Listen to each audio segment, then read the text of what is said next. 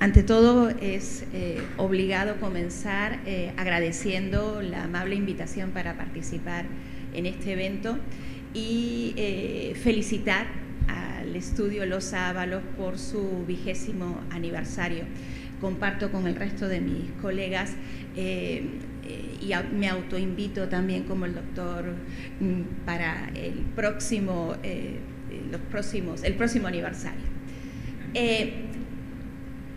Y quiero destacar que el hecho de que se haya decidido celebrar este aniversario precisamente organizando unas jornadas sobre derecho penal, pues dice bastante de la trayectoria y del sentido profesional del grupo humano que conforma este estudio. Así que muchas gracias y felicito la idea.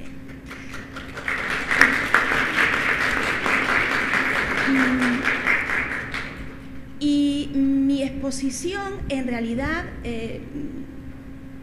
quiere compartir con ustedes una serie de reflexiones que me parece bastante interesante que hagamos, sobre todo a la vista de la actualidad y del contexto que nos rodea, donde quiero compartir con ustedes qué sucede con esos nuevos fenómenos de reciente y relativa reciente aparición y el debido respeto a los principios del derecho fundamental. Pero ante todo, mis reflexiones parten de una confesión. Me voy a confesar ante ustedes, y es que yo personalmente considero que la huida hacia el derecho penal como mecanismo para solucionar los gravísimos problemas de inseguridad y de alteración del orden público que vivimos en nuestra actualidad, pues no es precisamente la mejor de las soluciones. Yo considero que criminalizar cuanta conducta se pueda considerar o calificar como nociva, pues genera serios inconvenientes desde el punto de vista del debido respeto al principio de intervención mínima y al principio del carácter fragmentario del derecho penal. Entiendo que sobre todo ello se pone de manifiesto cuando además no va acompañada de una correcta técnica legislativa. Creo que al día de hoy todos somos testigos de cómo se están incorporando nuevos tipos penales al Código Penal que generan serios problemas de interpretación. No sabemos qué conducta es la que están sancionando, pero es que además generan serios problemas de delimitación incluso del ámbito de aplicación de esos tipos penales. Como dicen en mi tierra, pues está resultando, creo, que es peor el remedio que la enfermedad. Y uno de estos fenómenos de relativa reciente aparición, digo, es precisamente la criminalidad organizada o el crimen organizado. Y creo que sirve de ejemplo para poner de manifiesto en qué medida este tipo de fenómenos precisamente afectan al respeto a los principios fundamentales. Yo me declaro principista, ante todo. Y para poder entender este fenómeno, yo creo que es importante hacer referencia a sus antecedentes históricos. Ya, incluso desde la época napoleónica, se venían a sancionar tradicionalmente aquellas conductas que implicaban participar, formar parte de agrupaciones de sujetos que tenían como específica finalidad la comisión de actos delictivos. Ese tipo de comportamientos se entendían que representaban un adelantamiento de las barreras de intervención punitiva del Estado, en la medida en que era necesario hacerlo a efectos de prevenir precisamente esos delitos que venían a constituir el objetivo principal que daba sentido a esas agrupaciones. Por otro lado, se consideraba que era necesario por cuanto había que garantizar la seguridad pública que en términos generales se venía a identificar como el bien jurídico protegido en estos delitos. Delitos que en cierta manera venían a girar en torno a la figura del delito de asociación ilícita. La necesidad de garantizar la seguridad pública, pues, era prioritaria por cuanto no se podía evidentemente tolerar la existencia de asociaciones, grupos humanos que surgían única y exclusivamente con la intención de cometer delitos, en tanto que ello se consideraba, por supuesto, una grave alteración al orden público y a la armonía que debía de primar en una sociedad. En este sentido, pues, el artículo 317 del Código Penal, en su texto original, pues venía a ser un claro ejemplo de lo que acabo de señalar.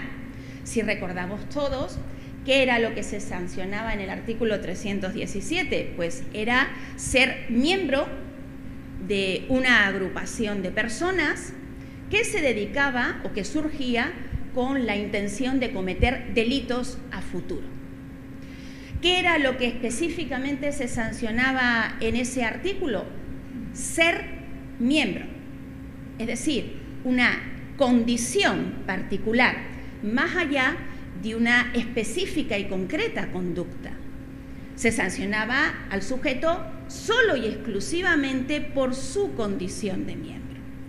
Claro, esta idea ya nos genera serios inconvenientes desde el punto de vista del debido respeto al principio de responsabilidad por el acto. Se criminaliza una condición personal, mas no una conducta. Y desde este punto de vista, pues también en cierta manera presentaba esta figura un cierto tufillo, si me permiten hablar de esta manera, a esa condición que todos conocemos como derecho penal de autor, que creo todos sabemos tiene antecedentes bastante nefastos. ¿Qué sucede? Pues que la vida diaria, nuestra actual sociedad, es cada vez más compleja, el desarrollo de las sociedades se ha vuelto cada vez más complejo, más difícil, más sofisticado, y evidentemente esa evolución que estamos sufriendo, siguiendo nuestras sociedades, pues no puede más que también afectar a la criminalidad. Y en este sentido, la criminalidad también se ha vuelto más sofisticada, más compleja, hasta el punto de que podemos decir que las figuras tradicionales que todos tenemos en mente, a las que asociamos el derecho penal, entre comillas, clásico, delitos contra la vida, delitos contra la salud, los delitos contra el patrimonio, pues ceden paso a estructuras organizadas, sumamente complejas, que surgen con el único afán de cometer hechos delictivos. Estructuras respecto a las cuales, pues, la clásica idea de la asociación ilícita queda absolutamente desfasada. Otro aspecto que también viene a caracterizar, pues, ese desarrollo y esa complejidad paulatina que alcanza nuestra sociedad es el fenómeno al que también ha hecho referencia el maestro Oré, es el de la globalización. La criminalidad se ha vuelto un fenómeno transversal que afecta a multitud de países, hasta el punto de que hoy en día se habla del delito transnacional. Esta situación ha implicado o ha puesto de manifiesto en el hecho de que este fenómeno incluso llegue a afectar al propio funcionamiento de los estados. Y aquí quiero recordar dos ejemplos, uno muy reciente. Recordemos los gravísimos problemas de orden público que tuvieron lugar en México. ¿A raíz de qué? Pues a raíz del fallecimiento del jefe del cártel de Jalisco. Y un ejemplo más clásico, más tradicional, pero también evidentemente conocido por todos, llevado ampliamente al cine, es cómo la mafia, la camorra, llegó a enquistarse en prácticamente todas las instituciones públicas en Italia, y lo que ello representó y los gravísimos problemas que surgieron en Italia a raíz de ese fenómeno. Pues esta situación, ¿qué es lo que ha generado? Pues lo que ha generado, evidentemente, es que ante un fenómeno complejo y globalizado que llega a afectar a la misma institucionalidad de un país, pues es necesario generar conceptos, crear conceptos que nos sirvan para definir de una misma manera ese fenómeno y de esa manera ayudar a los distintos estados a combatirlo. Generando además o definiendo además conductas vinculadas a ese fenómeno que puedan ser materia de persecución penal, pero además en un ámbito globalizado donde sea factible la colaboración entre los estados para luchar contra ese fenómeno. Producto de esta inquietud, la Convención de Palermo, en el año 2004. Y la Convención de Palermo es un tratado internacional, y es un tratado internacional que surge específicamente con la intención de crear un concepto unitario que permita definir el fenómeno de la criminalidad organizada y, a su vez, establecer qué comportamientos se vinculan a ese fenómeno para garantizar la lucha cuando ese fenómeno se define como un delito transnacional, que es el origen de la Convención de Palermo. ¿Cómo se define en la Convención lo que es una organización criminal? Pues se define sobre la base de 4 características principales. Estamos hablando de una agrupación, un grupo humano conformado como mínimo por 3 personas. Estamos hablando de un grupo que goza de estabilidad temporal. Hay una estructura organizativa. ¿Qué significa esto? Pues significa que los miembros que componen esa agrupación asumen funciones en torno al funcionamiento y a la actividad desarrollada por esa organización. Y como cuarto punto que caracteriza este fenómeno es la existencia de un objetivo, y el objetivo no podía ser otro que obtener beneficios económicos. Es decir, aquí no podemos obviar el hecho de que estas estructuras lo que buscan es lucrar. Y sinceramente el delito es una muy buena fuente para obtener lucro. Otra cosa es las consecuencias jurídicas que provoca. La obtención de beneficio a partir de, dice la Convención de Palermo, la comisión de delitos graves. Y como no podía ser de otra manera, el término delito grave también aparece definido en este tratado. Se identifica aquellos delitos que tienen una pena mínima de 4 años de privación de libertad. ¿Qué es lo interesante de la Convención de Palermo?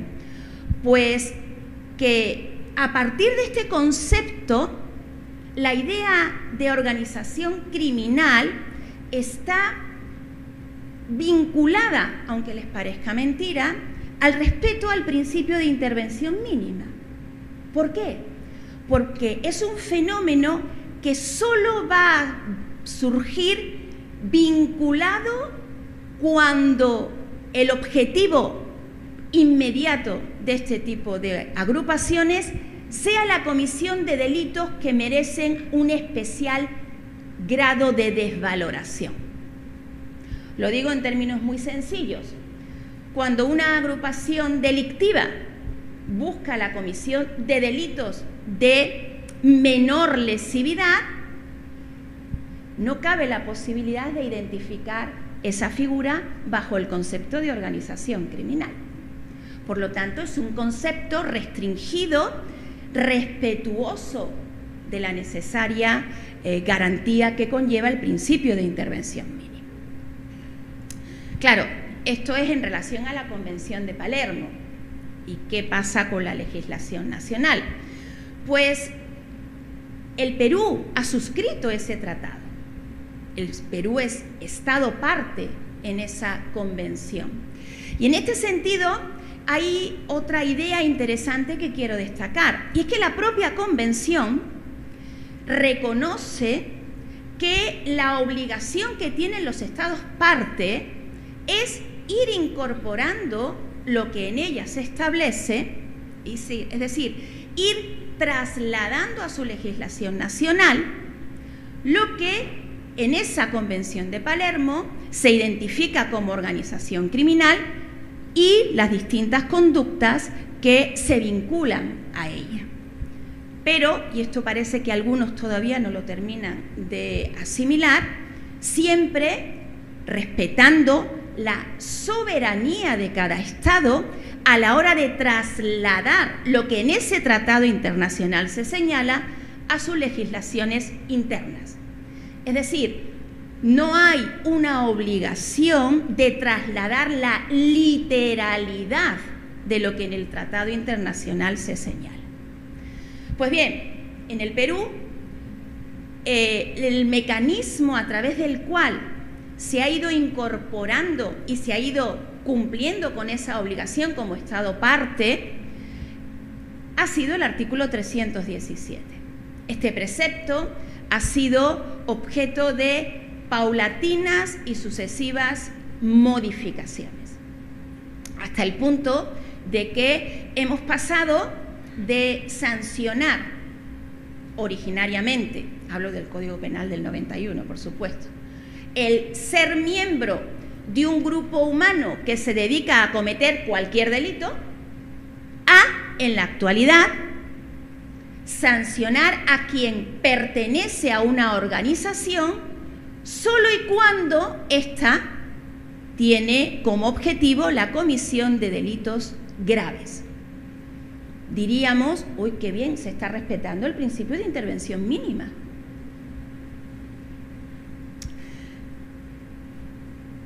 ¿Cómo se define en nuestro ámbito jurídico el delito grave? Uy, Dios mío, ya, qué rápido. Pues a partir de penas privativas de libertad no menor de 5 años. Y como 5 minutos quiero plantearles la siguiente reflexión. ¿Qué ha tenido lugar en realidad? Pues lo que ha tenido lugar es una paulatina reducción del ámbito de aplicación del delito de organización criminal o de participación en el delito de organización criminal. Es decir, el artículo 317 paulatinamente ha ido viendo reducido su ámbito de aplicación. Y esto ha provocado un fenómeno bastante interesante en el que yo creo nuestro legislador no había caído, y menos aún nuestras autoridades. Y es que cuando ustedes saben que se reduce el ámbito de aplicación de un delito, se amplían el ámbito de las conductas que son materia de descriminalización. ¿A qué lleva eso? Existe el principio de retroactividad benigna, lo que ha llevado a que pueda ser, y de hecho deba ser invocado, este principio ante esa relativa reducción del ámbito de aplicación de este delito. Decía antes que en nuestro sistema jurídico, al día de hoy, el delito previsto en el artículo 317 tiene como presupuesto ineludible, como elemento normativo del tipo, el que esa agrupación se dedique a cometer solo delitos graves. Habla el legislador de sicariato, extorsión, secuestro. Evidentemente, ninguno de estos delitos tiene una pena mínima de 5 años, ninguno. Pero la regla general es esa. Y esto es importante porque aquí quiero poner de manifiesto cierta praxis que se está viendo en el ámbito de nuestros tribunales, donde obvian la existencia de la literalidad de la norma, principio de legalidad, dicho sea de paso, para proceder simplemente a aplicar directamente el Tratado Internacional. ¿Qué ha tenido lugar? Pues desde este punto de vista, yo diría que se ha respetado el principio de intervención mínima. Falso, es todo un espejismo, nos han engañado. ¿Por qué? ¿Qué hizo nuestro legislador? Pues como he reducido el ámbito de aplicación a raíz de la incorporación por obligación de lo que se establece en la Convención de Palermo, pues me invento otro delito. Me invento el delito de banda criminal. Artículo 317-B del Código Penal. Y en ese delito, ¿a quién se sanciona? ¿O qué se sanciona? Pues se sanciona ser parte ahora de una organización de 2 dedicada a cometer cualquier delito de manera concertada. Es decir, en la actualidad, ojo, el delito de banda criminal se incorpora en el año 2016, ¿ya? Por lo tanto, hoy en día, en la actualidad, tenemos que en nuestro sistema jurídico penal se criminaliza ser parte de cualquier organización, como mínimo de 2 personas, destinada a cometer delitos de manera concertada, donde el incremento de la respuesta punitiva va de la mano de la mayor complejidad de esa organización, hasta el punto de que cuando esa agrupación alcanza el nivel de complejidad que permite identificarla como organización criminal, en ese sentido, llegamos a la aplicación del artículo 317. Yo antes les hablaba del respeto al principio de intervención mínima. En realidad, es un espejismo. Es un espejismo. Pero hay otra consecuencia que conlleva esto, y es que no solamente en el artículo 317 se viene a criminalizar participar en una organización delictiva, sino que también esa conducta en muchos tipos penales pasa a ser considerada como una circunstancia agravatoria. Existe la agravante de cometer un determinado delito siendo miembro de una organización criminal. Problema. Como ahora ya sabemos lo que es una organización criminal y el concepto viene en función al delito grave, ¿qué pasa cuando ese delito no tiene la calificación de delito grave? ¿Se va a poder seguir aplicando la agravante? Ejemplo, imaginemos un grupo de sujetos, a la vista de la crisis económica que tenemos, no es impensable, pues que se organiza para dedicar a cometer hurtos en bodeguitas o en supermercados. Delitos que tienen una pena que no supera los 3 años de privación de libertad. El delito de hurto tiene prevista la agravante de ser miembro de una organización criminal.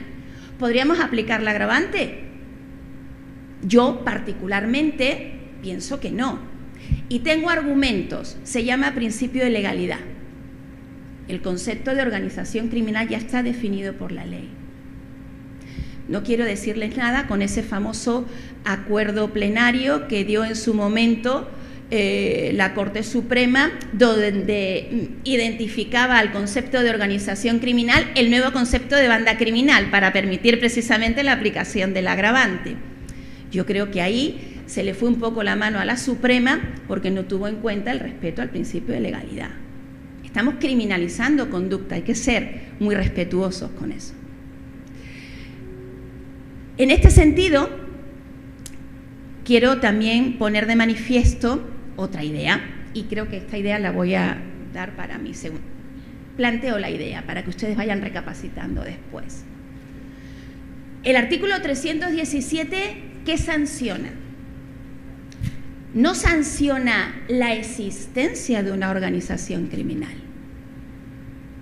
Ese es el presupuesto fundamental para poder aplicar la conducta que se sanciona en el artículo 317. Y en la actualidad lo que se sanciona es constituir, organizar o integrar una organización criminal. Y ahí lo dejo. Bien, Percy, yo te recomendaría en el caso de Kuczynski retroactividad benigna. 2 personas ya no forman organización criminal al día de hoy.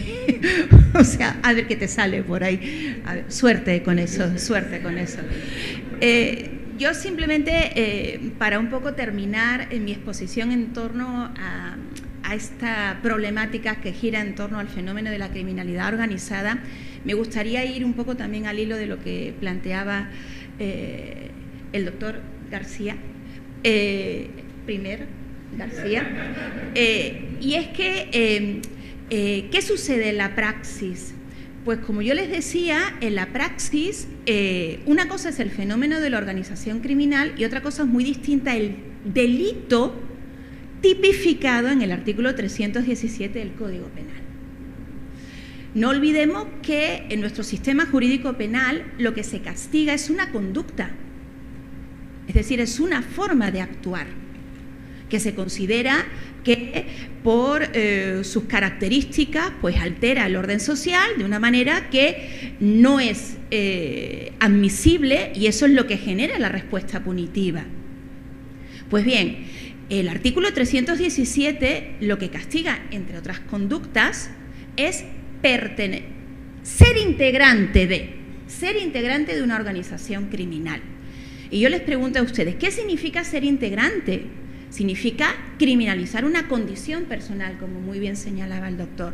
Es decir, es ser parte de. Estás criminalizando la condición del sujeto. No me estás identificando un concreto comportamiento. ¿Qué pasa con esto? Pues que esto genera serios inconvenientes desde el punto de vista práctico. Y aquí recordemos el funcionamiento de nuestros órganos jurisdiccionales. Es muy difícil acreditar que se es miembro de una organización. Es muy difícil acreditarlo por las propias características del fenómeno. Entonces, ¿cómo están actuando? Y esto quienes practicamos el ejercicio profesional y hayamos tenido algún tipo de caso al respecto, nos daremos cuenta de que el Ministerio Público, nuestros jueces, acaban identificando que la comisión del delito fin, es decir, aquel delito que es el objetivo último de la organización criminal, cuando es cometido por un sujeto, es la prueba irrefutable de que eres miembro de la organización. No, discúlpenme, no, son 2 cosas distintas. La Convención de Palermo, que en este sentido hay quienes acuden a ella para unas cosas, pero cuando no les conviene la obvian, y eso también es parte del funcionamiento de la práctica jurisdiccional, entendía que lo que hay que criminalizar, y precisamente sugería que los Estados miembros así lo hicieran, es la conducta consistente en participar activamente en la organización criminal. ¿Qué significa eso? Eso significa realizar actos, ya no estoy hablando de una condición personal, estoy hablando de un comportamiento, actos que el sujeto realiza en pro a la organización. Y evidentemente realizar una conducta en pro al ejercicio, al funcionamiento, a la actividad de la organización no puede ser igual a cometer el delito fin. ¿Qué sucede? Pues que en el ámbito de la praxis diaria, ante la imposibilidad probatoria de acreditar que el sujeto es miembro de una organización, pues se pasa a identificar que el delito fin cometido por esa persona es la prueba irrefutable de que eres miembro de la organización. Yo he visto en el ejercicio profesional requerimientos acusatorios donde a personas se les imputa la comisión de 3 delitos: miembro de organización criminal, autor de colusión y autor de cohecho. En estos 3 delitos, la conducta era exactamente la misma. Te imputo organización criminal porque te has dedicado a pagar funcionarios para que te beneficie en un procedimiento de licitación. Te imputo colusión porque te has puesto de acuerdo con el funcionario para que te beneficie en la licitación. Y te imputo cohecho porque le has pagado al funcionario para que te beneficie en la imputación. Esto es una gravísima afectación al principio de imputación necesaria. Sobre todo cuando en la praxis y sobre todo cuando creo que no hay duda alguna en considerar que cuando se imputa el delito previsto en el artículo 317, estamos hablando de una conducta completamente distinta a la que es el delito fin. De hecho, quienes practican ante los tribunales habrán sido testigos de cómo ahí se habla incluso hasta de un concurso real de delitos. Entonces, desde este punto de vista, ¿a qué se está llegando? Pues una cosa es acreditar la existencia de la organización, pero eso no es suficiente para imputar responsabilidad penal a una persona por el delito descrito en el artículo 317. Eso pasa necesariamente porque se acredite fehacientemente una conducta en pro de la organización, que en absoluto puede identificarse al delito fin. Si no entendemos esto, estamos gravemente afectando al principio de imputación necesaria, estamos quebrantando gravemente el principio de legalidad, y si consideramos que vivimos en un Estado de Derecho, esa situación es intolerable. Quedo a expensas de sus comentarios y reflexiones. Gracias.